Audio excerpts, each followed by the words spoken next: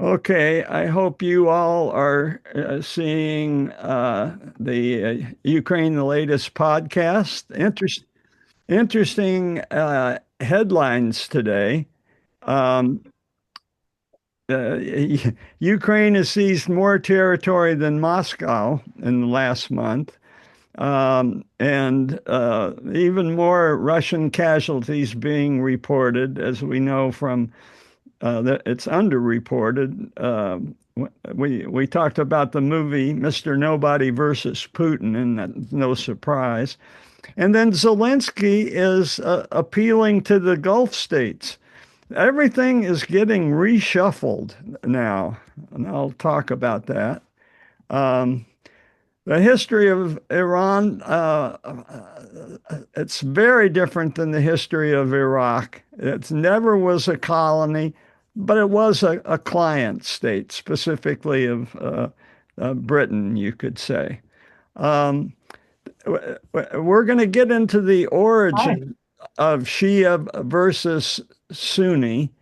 But I thought I just to get us started and grounded, that's a big split. 90% of the world is Sunni, 10 to 15% is Shia. And the problem is that Sunnis have varying respect for Shias. And you can see on this graphic, um, the Sunnis in Iraq respect Shia because they're in the majority in Iraq, I suppose. But they go all the way down to Morocco, uh, and you get the majority of Moroccans saying that Shia aren't even Muslims. So it goes across a wide spectrum of Sunni respect for Shia. So she is very much in the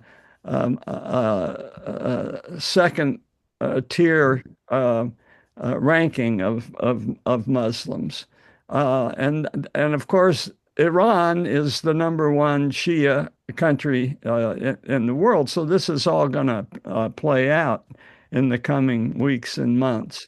The branches of Islam and their relative sizes, handily, the circles represent the size. So she is a very small, and Sunnis broken into three branches. Um, with Hanafi, Syria being more mainstream than Hanbali, which is represented by Saudi Arabia, the Wahhabis, the Salafists. These are the extremists that blow up Twin Towers. And then other miscellaneous, I won't go into it. But among the Shia, the only one you have to know is the Twelver. And I'm not going to go into that, but why it's called Twelver. But this is the predominant subtype of Shia in Iran, where we'll be talking more about it.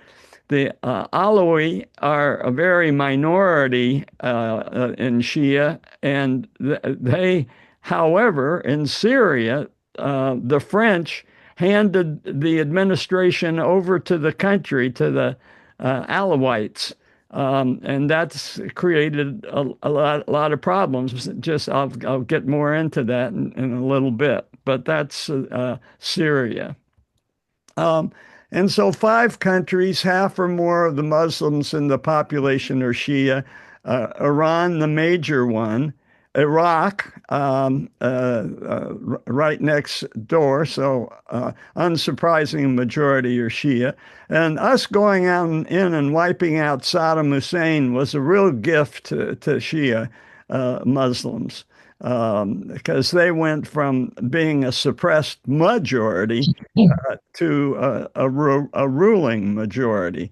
But other places with Shia majorities, Azerbaijan, and we'll learn something interesting in the history of Shia regarding Azerbaijan in a few minutes. Lebanon, that's Hezbollah,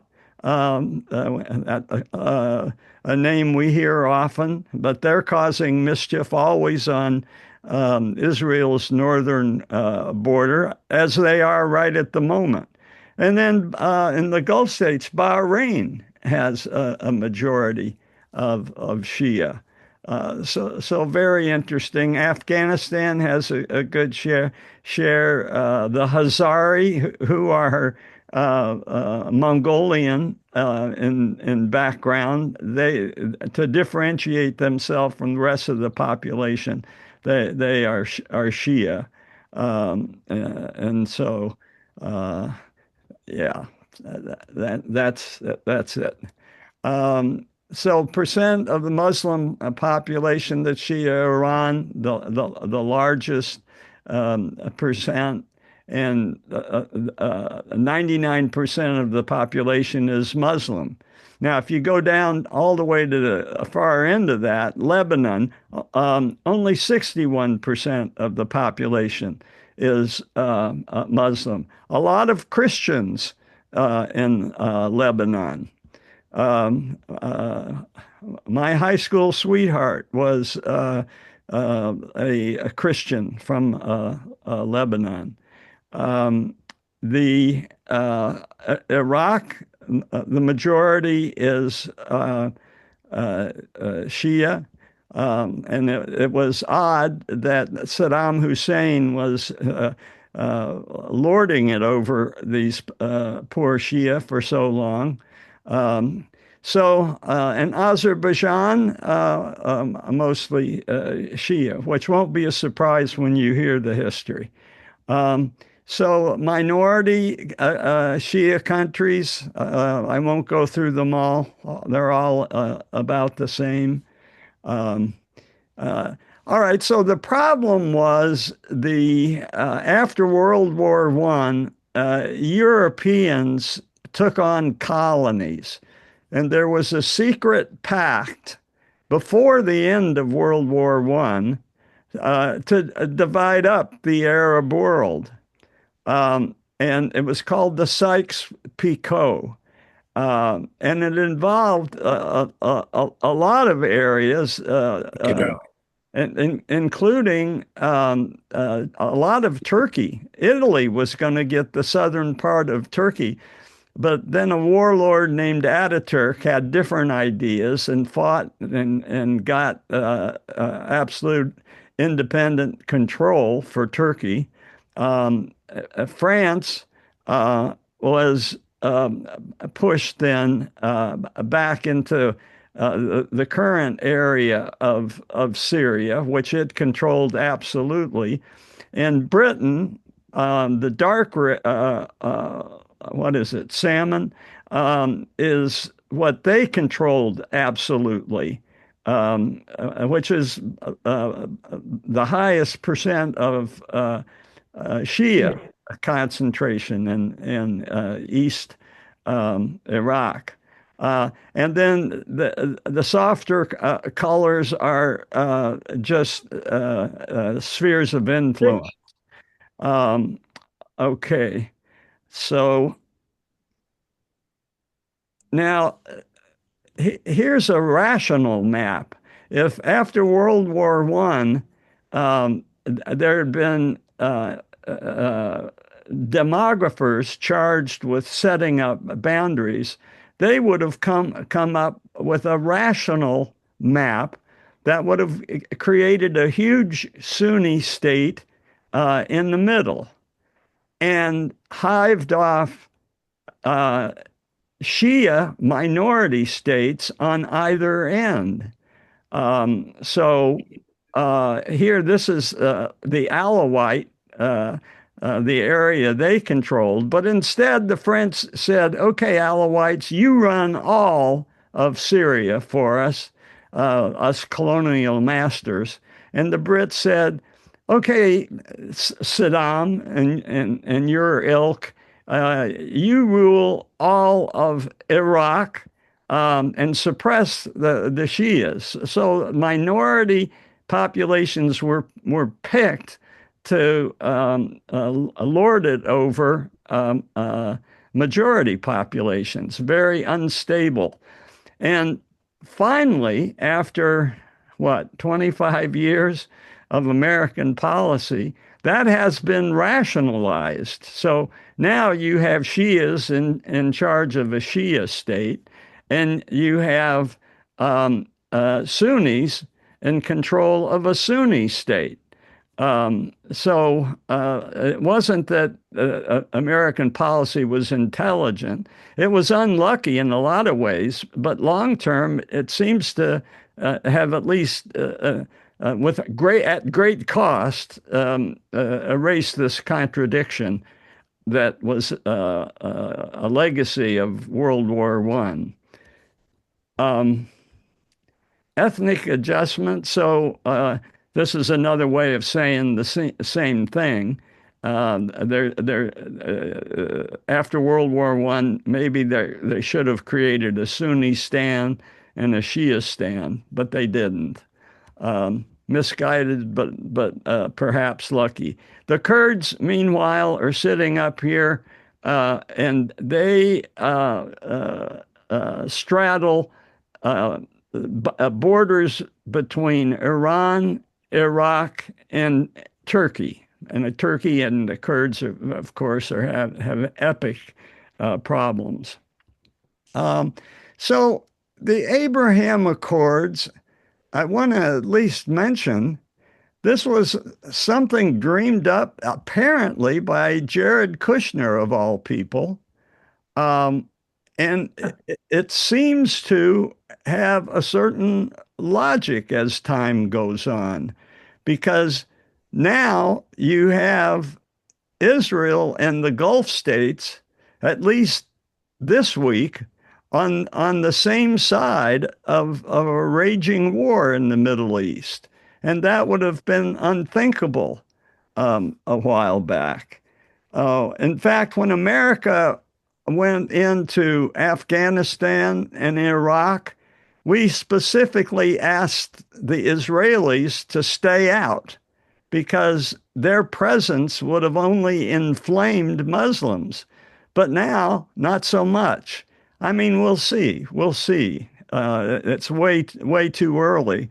Um, but it was also, I suppose, way too early in 2003 to say this is never going to work out. Well, it may not work out, and there's been a huge cost that I'll go into in just a second. So it may not be worth the cost, but there's been a reshuffling. Yeah, Michael. Who are the signatories? I see Netanyahu and Trump, but who are the other people signing there? So it could have been a Moroccan. It could have been. Well, here let me go on. I have a list of who's in the Abraham Accords. So not all of them were on the stage at this, and I can't recognize all the flags. But I think I have it in the next couple of slides. All right. So. Yeah, here it is. So Egypt was already recognized Israel, so they're not actually part of the new Abraham Accords. But the UAE, Sudan, interestingly, I said Morocco, Bahrain, and Jordan already recognized Israel. So there's quite a number of Arab countries. Of course, the big fish is Saudi Arabia, and up until October 7th, there was a real prospect that Saudi Arabia was going to sign on to the Abraham Accords. But Hamas had the veto, it turned out. And they said, hey, you Abraham Accords don't even mention us, and that's unacceptable. So that's one defect of the Abraham Accords. They left out the Palestinians simply because nobody can agree on Palestinians. The two states solution is still barely alive. Anyway, uh, this brings up a question that we asked when we were dealing with manifest destiny in the 1830s and 1840s as the American West opened up and rolled on all the way to the Philippines, it turns out. And the question is Israel part of our manifest destiny? And Harry Truman, under the influence of his former partner at the haberdashery, 1948 said yes, we recognize Israel, and they've been part and parcel, a keystone of our foreign aid. I think we give more aid to Israel than we give to any other country, with Egypt a close second. So yeah, and especially now, for the first time, Israel is a official partner. We wouldn't let them help us in Afghanistan nor Iraq because there was too much negativity associated with Israel in the Muslim world, but apparently not so much anymore. So who knows? This is a hinge point in history. The cards are being reshuffled.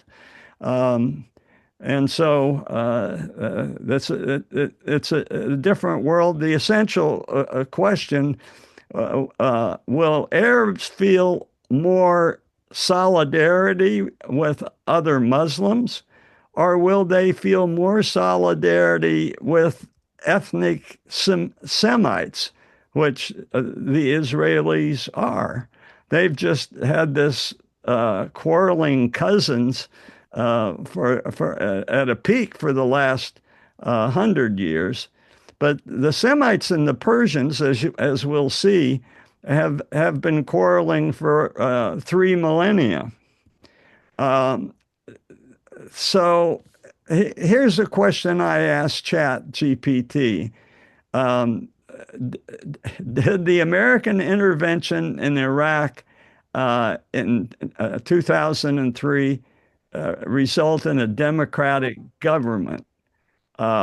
And uh, uh, that's a really loaded question. So if that's true, is less ethnic violence now than before?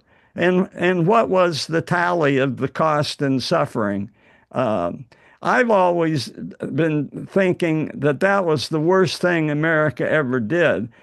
I thought of that in the context of Ukraine, because we had a number of people in the global south not back our condemnation of Putin because of a distaste for what America did in Iraq without UN approval. Uh, and so uh, let's see what uh, Chat GPT said.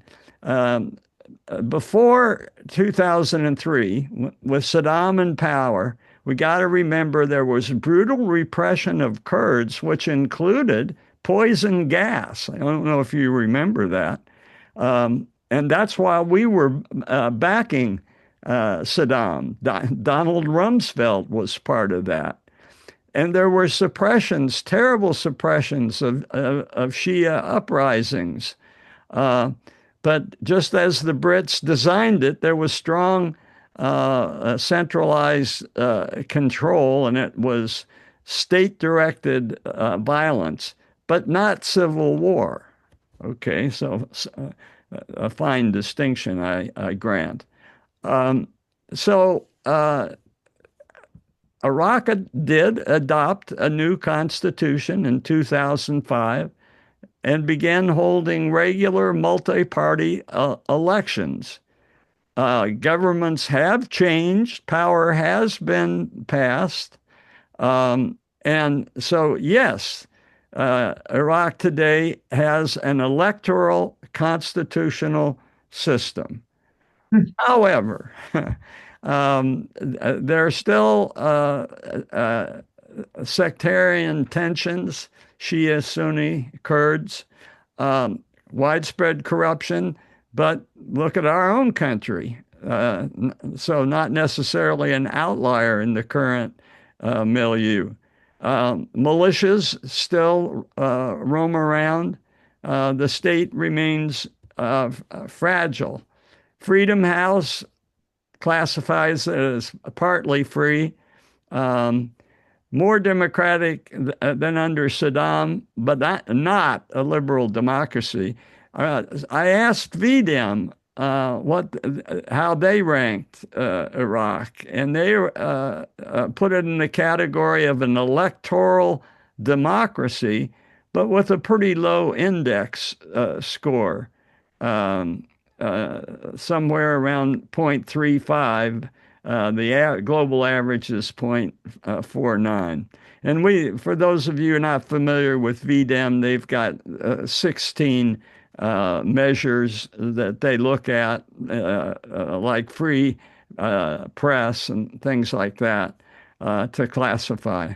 Um, so, a democracy, an electoral autocracy, relatively low performing, but it's not an out and out dictatorship like it was. So, what were the costs? The Okay. Sunni Shia civil war that after 3 years broke out. It was terrible, and it saw the rise of Islamic State, and they took This over is the middle part, Sunnistan on one of those maps. Um, Casualty levels were horrific. Um, Today, the killing is far lower than the peak. Um, they, right about these years here, we instituted the surge, W. Bush's surge, and got some control of Sunnistan. Um, uh, and ISIS has been defeated. So less violence now for sure. Um, Costs and human suffering, Iraqi deaths, uh, somewhere in the mid 100,000, all the way up to 600,000. Terrible. Millions more were displaced internally, and many had to leave the country. Um, uh, Injuries and 4,500 military deaths. Not as many as Vietnam. I think like 10% wow. of Vietnam, but tens of thousands wounded and bad wounds. IEDs blowing up, loss of limb, veteran medical costs, and the financial cost. I remember this, maybe $3 trillion. $3 trillion. So Wow. hard to say anything's worth that amount. The regional impact, initially it strengthened Iran. They had remember, Iraq and Iran had fought a war, and Iran had fought to try to liberate the majority of Shia in Iraq. Um, there was also a destabilization that spilled over the border into Syria. But given what eventually happened with a group of Sunnis toppling the Alawites, that may not have been a bug. That might have been a benefit. It's hard to tote up the pluses and minuses. It's apples and oranges. And we talked before about ISIS. So summary table, yes, formally, Iraq is more democratic. There's less violence now than there was in 2006, 2007, but maybe not as low as it was before we intervened in the first place. So this is kind of a summary statement that makes it hard to say anything positive about what happened. Um, and certainly, right now, we're seeing a reshaping of Middle Eastern politics in the last week. So we'll see in the big picture what's going to prove beneficial. So in 20, we won't know for another 25 years, just like we don't know about Iraq until now. But looking ahead, there's two views about whether it's going to prove beneficial in the long run. One is this headline, war succeeding, chances are slim. But then this podcast had Eli Lake, who said it could be a historic political mitzvah, with a Jewish term for gift, I think. Correct me if I'm wrong, Toby. Yes. Okay. And Iran. So let's focus on Iran. We looked in detail at the statistics for Iraq, uh, but Iran's a very different place, as I said before. Um, there is one dominant majority group, the Persians, and the language is dominant, but there's a significant minority of Azeris, and they're a Turkic people. Persians are Indo-European, so totally different language group. But Khamenei, the leader that just died, was Azeri, Turk. His father was from the Tabriz region, which is very significant in the history of Shia religion. But he moved to Mashhad. Um, and Kurds, about 10%, of course, near Iraq and Turkey. Um, Arabs, 3%. Baluchistan natives, 3%. Turkmens, 2%. And then Persian refers not so much ethnically, but linguistically and cultural identity. Um, Azeris are technically Turkic, but they're fully integrated. And if you speak Persian, you're considered Iranian. And that's not always true in other places. So the religion, Shia, 90%, we saw before. Uh, some Zoroastrians, some Jews. When Eichel and I were traveling around the world, we got to Tehran in 1972, and we're walking around a neighborhood and we see a synagogue. And we go, well, this is interesting. And we open the door and nobody there.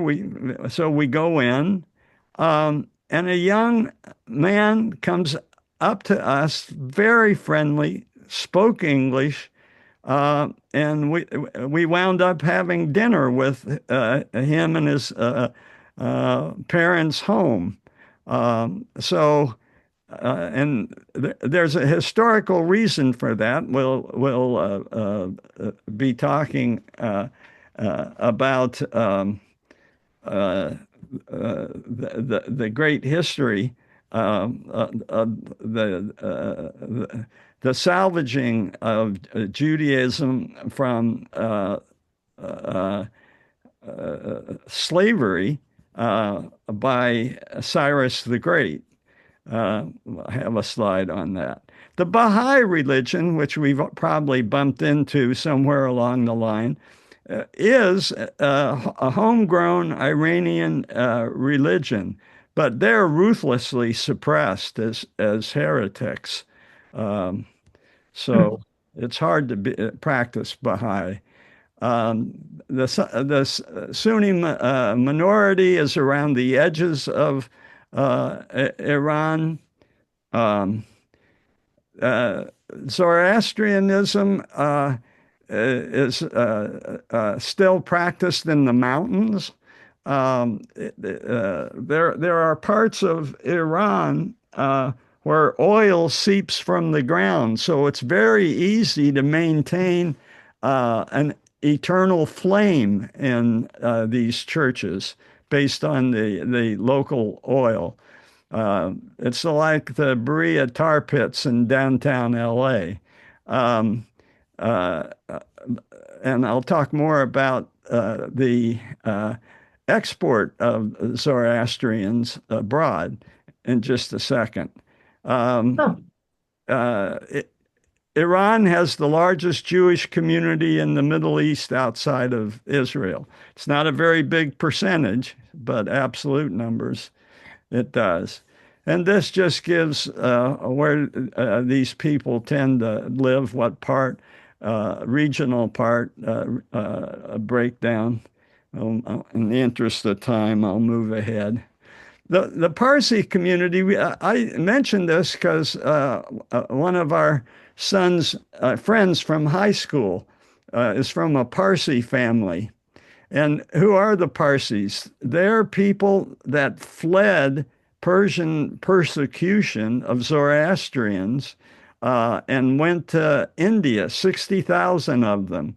And they finally set up a shop. This was a millennia ago. Set up shop in near Mumbai, and they're very influential in the India's economy. I don't know if you ever heard of the Tata Group. Tata, the whole Tata family is Parsi. Unique culture, cuisine, and they maintain these fire temples. Um, so in India, they're having problems, though, a rapid decline in population for a lot of reasons. And there's an initiative to help these people get fertility treatments so they'll keep producing entrepreneurs. Um, so that's the latest migration from Iran to India. The first great invasion, if you will, was of Aryan warriors. Aryan is a bad word these days, but it's still in the literature. These were warriors from the steppes, probably genetically related to Persians, And they conquered India 1,500 years ago. And it was their basic religion that evolved to Hinduism in India. Now, Indian nationals will deny any of this, but there's genetic evidence of this that Hinduism was not homegrown at all. Um, Select Indo-European languages. You can see the breadth from India all the way to Lithuania. And this whole group was discovered by a British linguist who, in the 1750s in India, noticed that the Hindu word for horse was strikingly similar to the Lithuanian word for horse. So he used this one observation and started digging, and lo and behold, you have this group, Indo-European group, which is different, totally different from Semitic languages, and you have different branches of the Semitic language. Arabic is what we're used to dealing with, but Aramaic was the biblical language that evolved to Hebrew. Totally different language root. This one coming more from the Arabian Peninsula, and Indo-Europeans coming from the steppes of Europe. And this is just another interesting way of visualizing language groups. I kind of find that very, very interesting. And so when they call it the Abraham Accords, it's anybody that speaks a Semitic language is eligible. Um, so the uh, interesting thing is how well they've kept the core of Persian civilization together. And the reason for that is that there's always been a pretty strong central authority, usually in the person of kings, starting with Cyrus, but the Persian language being the dominant force. And then, as a little booster, is the Shia religious identity. And it got a big boost in 1500. And eventually, that's where I hope I can get to today. Um, so let's try to get to that. Iranian history, Cyrus the Great. Harry Truman bragged after he approved of Israel's statehood at the UN.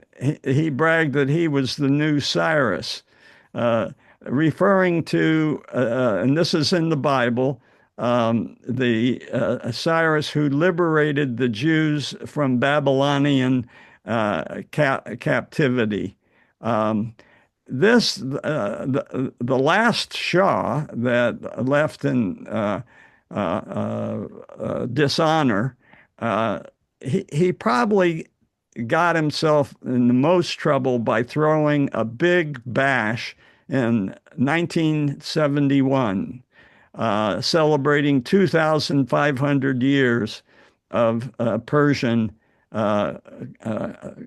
culture. He had it invited dignitaries from all over the world, had it catered by Maxims of Paris. It just cost so much money, and people really hated it. This is all laid out really well in a book, King of Kings by Scott Anderson, which I recommend. This is Cyrus's tomb, which Aiko and I visited because we arrived in 1972 as part of our trip around the world. This is what the Babylonians had done to the Jews. They had destroyed the first temple and enslaved the Jews and marched them to Babylon. Cyrus intervened. Um, uh, this is a Ramsey slide. Just emphasizing how enlightened Cyrus was. If they conquered people, he allowed them to continue to enjoy their own civilization.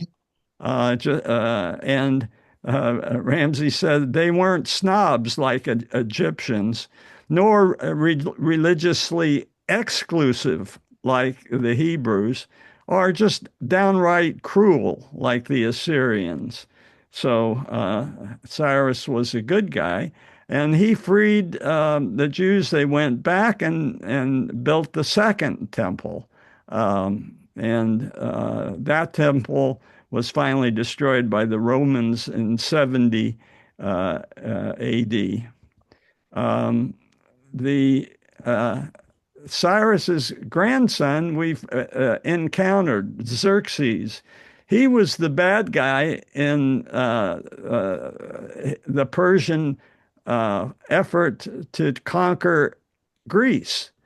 Athens, though, sent out a bunch of small, little, mobile ships to fight the big, immobile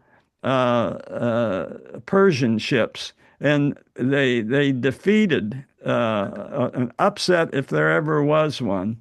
Um, and then there's a bridging kingdom between the ancient times and Islam, and that's the Sassanid Empire, which controlled the Persian plateau between around 200 and 600. Um, and they claimed they had links to Cyrus the Great and his brood, but they promoted Zoroastrianism. But they were very intolerant of other religions, and this was the Sasanian central controlled area. Um, the Zoroastrianism is really interesting because, and this is a Ramsey slide, all credit to Ramsey. He summed it up and he said, we usually think of the Jewish religion, the Abrahamic religion, as being the first monotheistic religion. But Zoroastrianism could have gone back even before Judaism. And we will recognize a lot of their cosmology, a belief in the devil, good and evil. Angels are first seen in Zoroastrianism.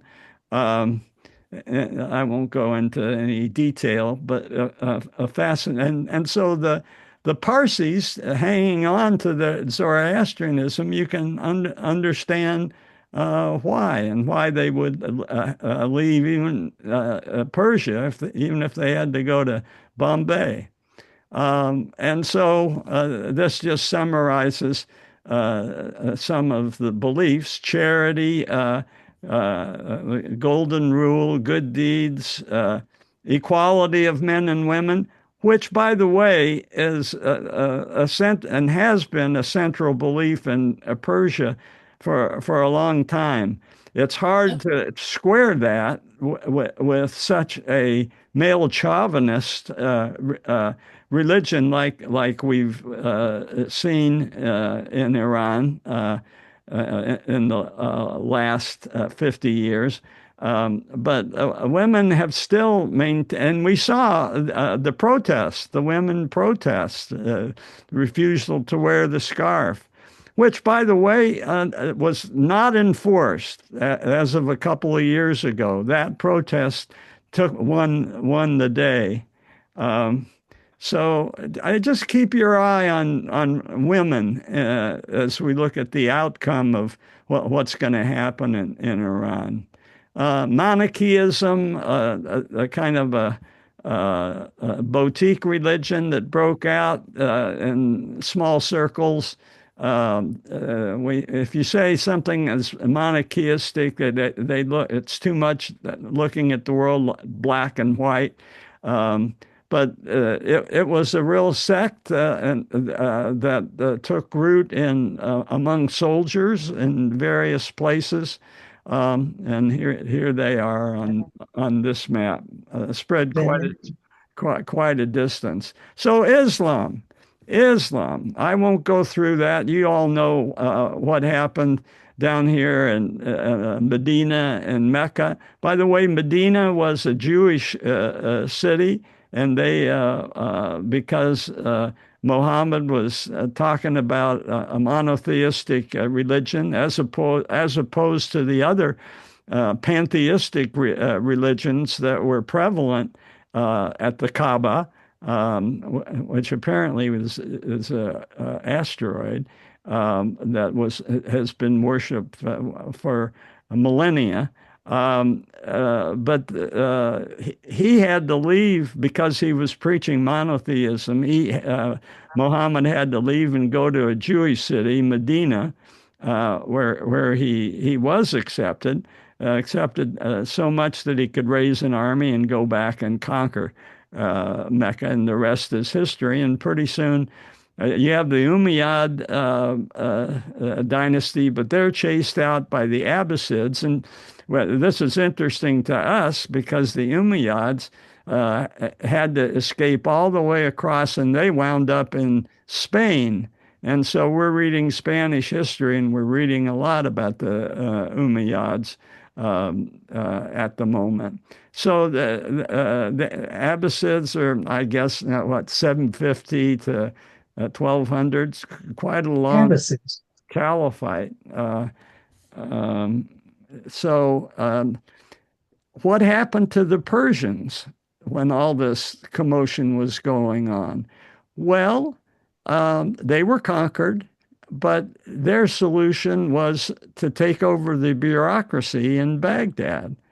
And they finessed the ethnic and any theological quibbles they had with Arabs for a long time until the 1400s.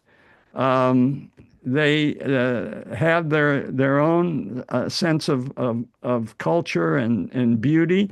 This is Esfahan, where Aiko and I also visited. Um,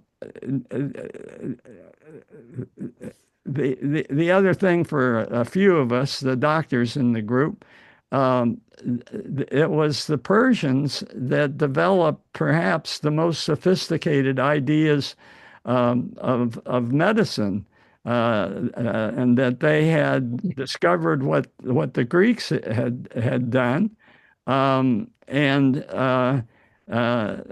medicine was part of their latching on to culture as a way to express themselves in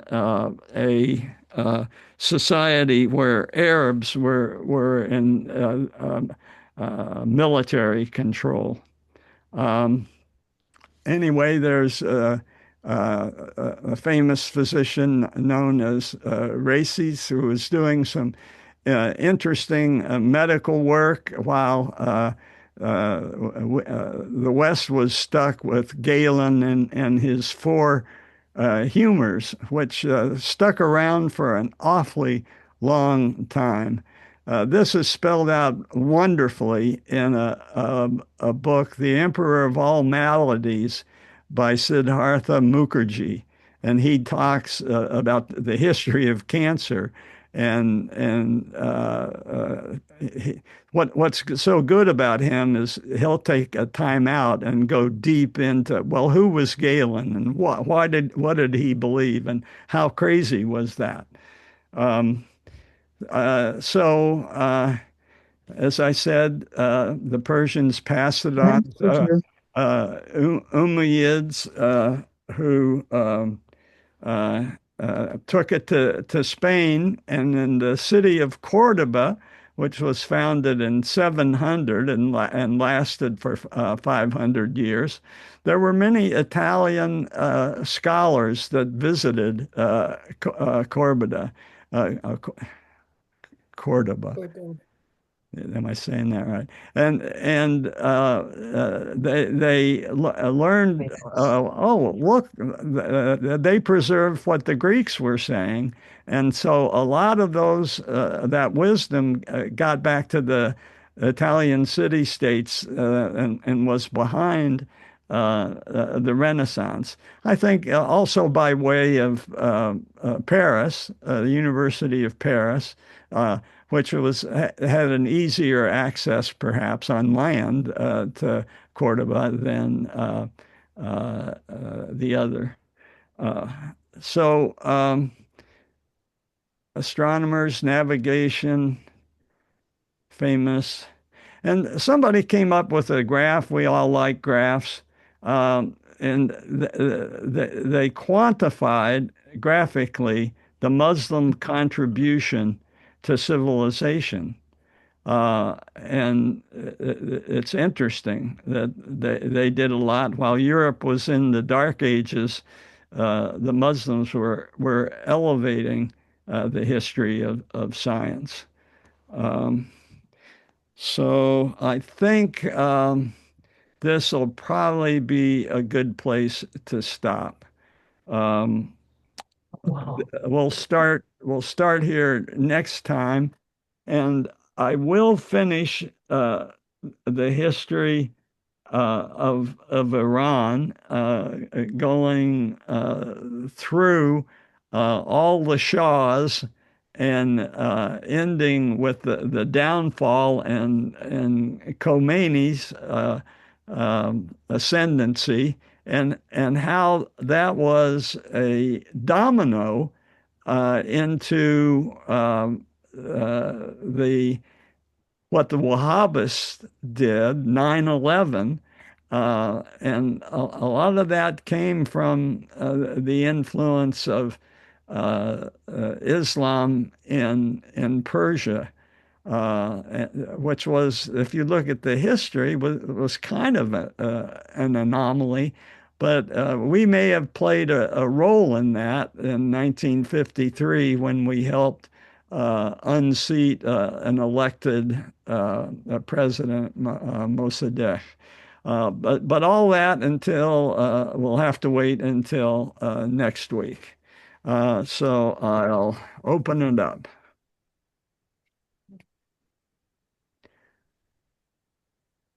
Thank you. Sure. John, did you really have 125 slides planned for this? It says 63 of 125. Yeah, I'm halfway done. Wow. Hey, I'm a piker compared to Ramsey. Come on. Oh, For sure. Shigeko, you had a question. Oh no, I would just wanted to say the LA Times had written that Nouri al-Maliki, which is a Shiite supremacist, might be the next prime minister of Iraq, and he's more aligned toward Iran than the United States. Well, we'll see. He's been the prime minister once before. Yes, Yeah, so we'll see what he has in mind this time. I know. Especially now that Iran is a different country. Yeah, Jim. I was intrigued by the graph where you have the advance of civilization or the advance of science and the Dark Ages being below the Renaissance and so forth, below the Muslims. I'm wondering if future graphs will depict another downward spike with Kennedy's name, Robert Kennedy. Oh, Robert Kennedy. Oh, Robert. Gosh, it's interesting. I suppress his association with the name. I immediately go to a different Kennedy. Yeah, good point. Bruce. Yeah, just a comment, and I maybe have mentioned this before, but in 1967, we drove a car from Singapore back to Munich, and of course, I know Iran very well because we were driving through it, and we got down as far as Esfahan and actually set up on one of the fire temples, and the Iran was really a pretty remarkable place. And of course, the U.S. was in the process of, they were very much behind the ascent of the Shah, and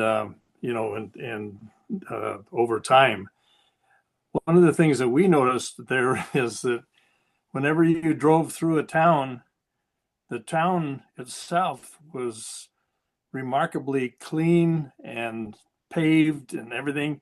But if you went out on, it was washboard roads between the towns, which was very interesting. We ended up on the Caspian Sea at, near Gabati Gabus, and that ended up with the American had a little R&R place up on the Caspian Sea, which so we spent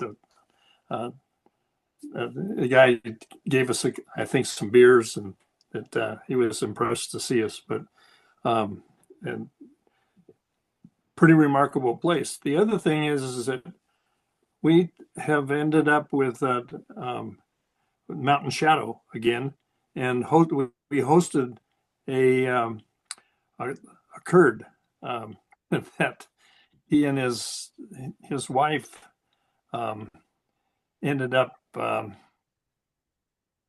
Let's see. I'm trying to think, but they could not, because in Kurdistan there is no such thing as a Kurdistan, because there's four countries that were all Iran, Syria, Turkey, and I think that I can't remember the fourth one, but Iraq. At any rate, they needed, in order to be married, they had to do it at the border. They couldn't get from into one place to the other. Pretty remarkable. And of course, this is now Khomeini time. So, Wow. Interesting. Thank you very much. Yeah, well, you mentioned Mountain Shadow, our cinema group. There was this remarkable Kurdish movie about, and I'll use incorrectly the word dwarf, but dwarf twins. Did anybody see that? It was so strange, but sort of celebrating. I think they were performers. I'll have to go back and ask Chat GPT to refresh my memory. But it gave you an interesting look into Kurdish culture, in this case, Iraq. But of course, they're in Iran, they're in Turkey, and yeah, and Syria, and Syria. Okay, then.